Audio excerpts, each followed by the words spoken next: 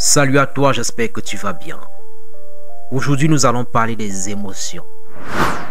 Alors, si je te disais que nos émotions viennent du regard que nous portons sur nos proches, sur tout ce qui nous entoure, frères, sœurs, il faut qu'on se dise clairement les choses telles qu'elles sont. Ce qui nous fait mal au fond, ce n'est pas toujours ce que les autres font, mais la manière dont nous décidons de regarder ce qu'ils font. Ce n'est pas l'insulte en elle-même qui crée la colère, c'est le jugement qu'on porte dessus. Ce n'est pas la faiblesse d'un frère qui fabrique la rancune, c'est le regard qu'on choisit d'avoir sur sa faiblesse. Jésus-Christ l'a dit à sa manière dans le livre de Matthieu, chapitre 15, verset 11. Ce n'est pas ce qui entre dans la bouche qui souille l'homme, mais ce qui sort de la bouche.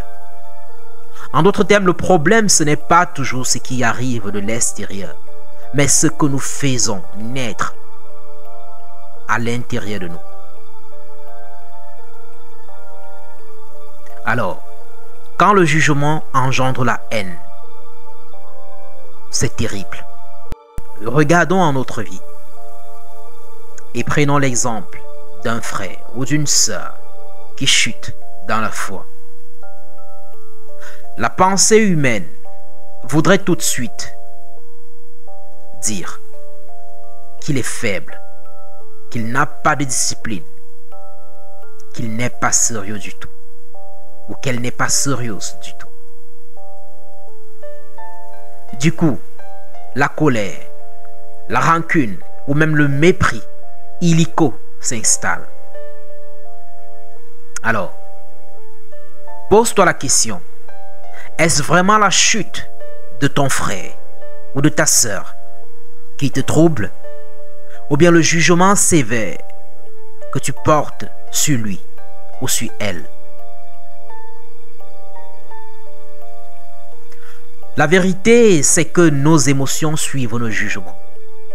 Si tu regardes un frère avec dureté, ton cœur produira de la haine.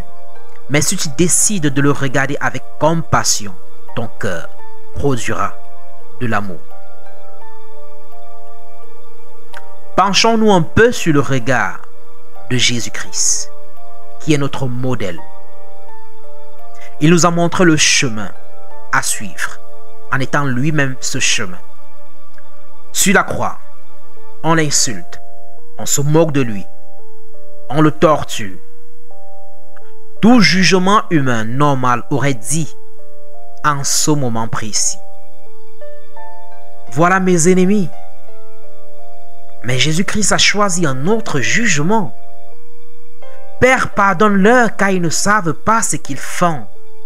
Luc 23, verset 34. Est-ce que tu captes la différence? Là où l'homme aurait nourri de la haine, Jésus a choisi la compassion. Là où nous aurions cultivé la rancune, il a choisi le pardon. C'est pour ça que l'apôtre Paul dit: soyez transformés par le renouvellement de l'intelligence.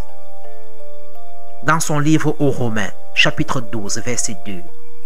Ça commence dans notre tête, dans notre regard. C'est l'une des choses les plus simples. Je t'explique. Tu n'auras qu'à changer le jugement et tu verras ton émotion changer. Au lieu de dire par exemple, mon frère est faible, comme dans l'exemple précédent, dis, mon frère est en difficulté et j'ai la grâce de pouvoir l'aider.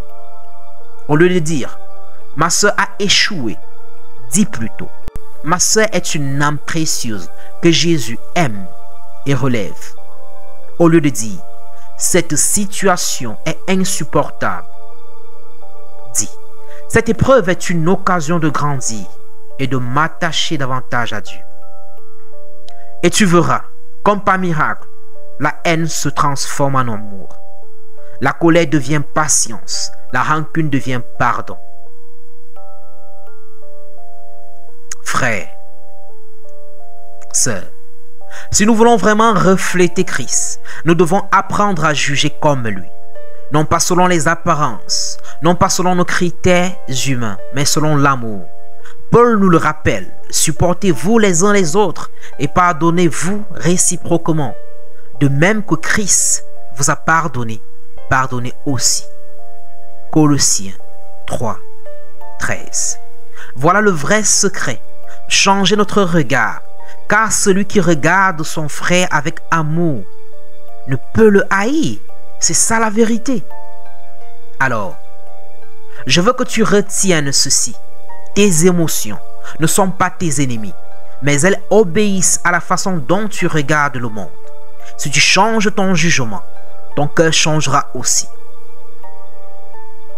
Et quand nous apprendrons à voir nos frères et sœurs comme des âmes à aimer plutôt que des faiblesses à condamner, alors notre haine se dissoudra et nous deviendrons vraiment des disciples de Jésus-Christ.